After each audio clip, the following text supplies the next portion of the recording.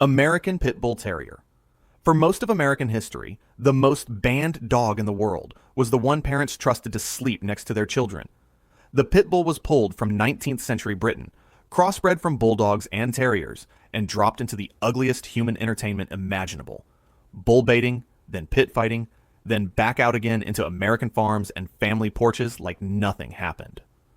Sergeant Stubby, the most decorated war dog in U.S. history, was a pit bull. He appeared on magazine covers. Children posed beside him. He wore a tiny uniform, and America loved him for it. The breed was called a nanny dog, not sarcastically, but accurately, because it was loyal to humans with an almost pathological consistency. Here's the thing, nobody in the legislation meetings wanted to discuss. The pit bull was never bred to be dangerous to people. It was bred for animal-directed aggression, while remaining completely handleable mid-fight by its owner. That distinction was intentional. Then it got handed down through the wrong generations, into the wrong hands, and the distinction got buried. Over 900 U.S. jurisdictions have enacted breed-specific bans. Studies consistently show those bans do not reduce bite incidents. The CDC removed breed from its bite fatality research because the identification data was too unreliable. Most reported pit bull attacks involve misidentified breeds. The dog didn't change. Somewhere right now, one is asleep on a couch it's not supposed to be on, completely unbothered by its international reputation. The hands holding the leash were always the variable. Nobody wanted to legislate those. Cane Corso. The Roman army didn't just march with soldiers. Descended from the Canis pugnax, the Roman war dog, the Cane Corso was deployed in actual military campaigns. Armored, sent ahead of infantry, used to break enemy lines before the humans arrived. After Rome fell, the breed transitioned to livestock guarding and hunting across southern Italy, came within a generation of extinction in the mid-20th century, and was pulled back from the edge by Italian breeders in the 1970s, who understood what was almost lost. What makes the Cane Corso distinct from every other large breed is its quality of stillness. It doesn't bark much. It doesn't posture or perform aggression. It assesses, decides, and acts. And the gap between assessment and action is shorter than you'd like. Experienced handlers describe something almost unnerving in its attentiveness. A dog that reads a room the way a person reads a room, tracking emotional temperature with unsettling accuracy. Here's what nobody mentions when they discuss whether the Cane Corso is dangerous. A nervous owner produces a reactive dog. A calm, structured owner produces something closer to a very large, very serious shadow that would put itself between you and anything in the world. The dog that once guarded the edges of an empire now guards suburban driveways. The job got smaller. The dog didn't notice. Dogo Argentino. One man decided Argentina needed a dog that could kill a puma, and he spent his life building it. Doctor. Antonio Norris Martinez, an Argentine surgeon, began in the 1920s by crossbreeding the now extinct fighting dog of Cordoba with 10 other breeds. Great Dane, Boxer, Bull Terrier, Irish Wolfhound, among others, refining across decades for endurance, pain tolerance, and cooperative hunting instinct, capable of running down wild boar and pumas across the open pampas. He was killed in 1956, reportedly by a poacher. His dog was with him. The dog survived. What makes the Dogo distinct is that it was never bred for solo aggression. It was built for pack hunting, which requires high impulse control and social intelligence. The ability to work alongside other dogs toward a shared target without turning on them. For a breed currently banned in the UK, Australia, and several other countries as a dangerous fighting dog, that detail is almost darkly funny because the Dogo Argentino was specifically not bred for fighting. It was bred to hunt the apex predators of South America. A man gave his life building the perfect hunting companion. The dog outlived him. Countries then banned the result of that life's work based on its appearance. The pumas, for the record, remain unbothered. Burbull. South Africa needed a dog that could hold a leopard until the farmer arrived, so from the 17th century onward, Dutch, German, and Huguenot settlers crossbred European mastiffs with local African dogs and let the environment do the rest. Burbull means farmer's dog. Only the animals that survived predator encounters, disease, and brutal terrain were kept for breeding. Natural selection, running a quality control process, that no human program could have designed as efficiently.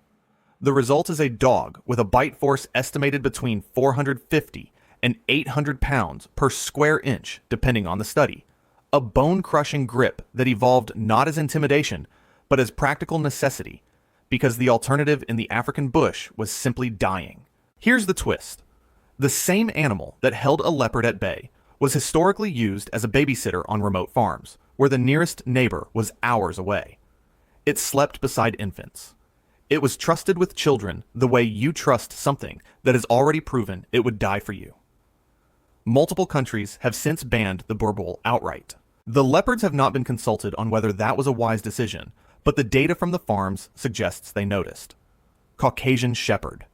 This dog was not domesticated so much as it agreed temporarily to tolerate you. The ovcharka emerged from the Caucasus Mountain region, Georgia, Armenia, Azerbaijan, and the high passes between them. Over thousands of years of guarding livestock against wolves and bears with minimal human oversight. Unlike breeds shaped through close daily contact with people, the ovcharka developed much of its behavioral architecture in near isolation, solving predator problems independently in darkness and cold that made human intervention impractical. It is a massive animal, storm gray and dense with fur, moving through mountain air with the unhurried weight of something that has never had a reason to rush. What makes it genuinely unsettling is not aggression. It is autonomy. The ovcharka does not wait for a command in a crisis. It evaluates, decides, and acts, which is exactly what you need when a wolf pack arrives at 2 a.m. and there is no human in reach. In an urban environment, that same autonomous threat assessment runs on the same logic, applied to different stimuli, with no adjustment for context.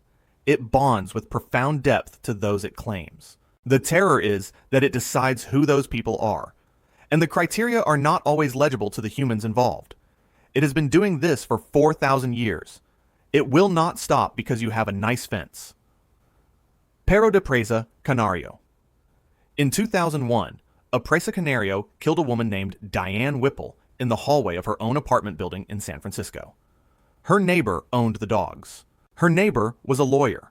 Developed in the Canary Islands as a cattle-working and historically fighting breed, the Presa Canario nearly went extinct in the mid-20th century before being revived in the 1970s. A large, low-set mastiff type with a territorial drive, so finely tuned it functions less like aggression and more like policy. The dogs in the San Francisco case had been deliberately trained as weapons by their owners, who were later convicted of second-degree murder and manslaughter respectively. One of the first cases in U.S. legal history where a dog attack resulted in a murder conviction for the owner. The breed absorbed the infamy. The legal precedent that followed pointed for once in the right direction, at the humans. The Presa Canario was the instrument. The lawyers were the architects. It is currently banned in several countries and perfectly legal in most of the United States. The paperwork, as usual, is catching up slowly. Kangal. The highest confirmed bite force of any dog ever formally measured belongs to a breed whose primary job is to not bite anything. The Kangal was developed over centuries in the Sivas province of Turkey, specifically the Kangal district, to guard Anatolian livestock against wolves and bears through deterrence rather than combat. Its behavioral strategy is deliberate, position between flock and predator. Vocalize, escalate slowly, and only commit to physical engagement when the threat refuses to leave. The bite force, estimated at approximately 743 pounds per square inch by some measurements, higher than many large wild predators by some comparisons, though methodology varies across studies, exists as a last resort on an animal specifically bred to avoid needing it. Here's the part that actually matters. The Kangal is currently deployed in Namibia and other African nations as a conservation tool, placed with farming communities specifically to deter cheetahs without killing them. Its presence alone has measurably reduced illegal cheetah culling by farmers who previously saw lethal response as their only option. The most powerful bite on this list belongs to the dog least interested in using it. It has never read a headline about itself. It is, at this moment, standing between a flock and a tree line somewhere in Anatolia, doing the only thing it was ever asked to do. Tosa Inu.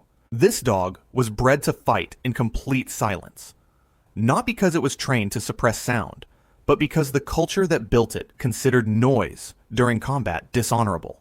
The Tosa emerged from the Tosa region of Japan in the mid-19th century, crossbred from native Japanese dogs with Western breeds, including the Mastiff, St. Bernard, Great Dane, and Bull Terrier, refined under a ritualistic fighting tradition with strict rules.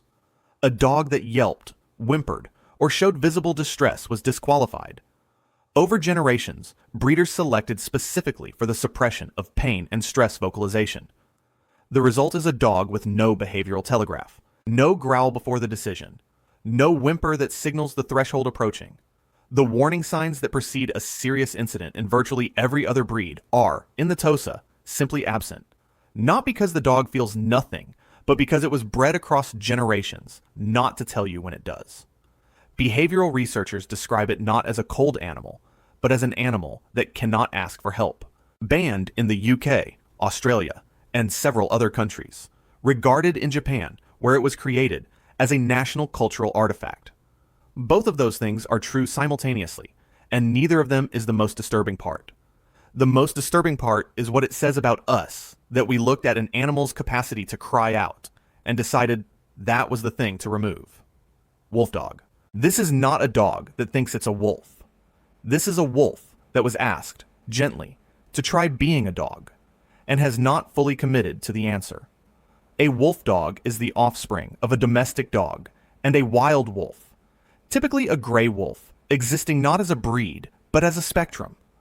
Low-content hybrids with minimal wolf genetics behave largely like dogs.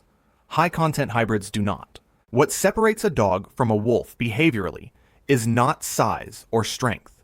It is 15,000 years of co-evolutionary domestication that rewired dogs to follow human eye gaze, read human facial expression, and defer to human social hierarchy. Wolves did not receive that inheritance. A high-content wolf dog did not receive it cleanly either. It watches you the way a wolf watches anything in its environment, as a factor to be assessed, not a partner to be trusted. The most common victims of serious wolf dog incidents are the owners themselves. People who anthropomorphize the animal, who treated it as a dog, who believed the bond they felt was symmetrical. It usually was a bond. It simply operated on different terms than the human understood, and the gap between those terms is where the incidents live. Golden-eyed, enormous, moving through a suburban backyard with the fluid silence of something that remembers open ground. You wanted a wolf. You got something that remembers being one.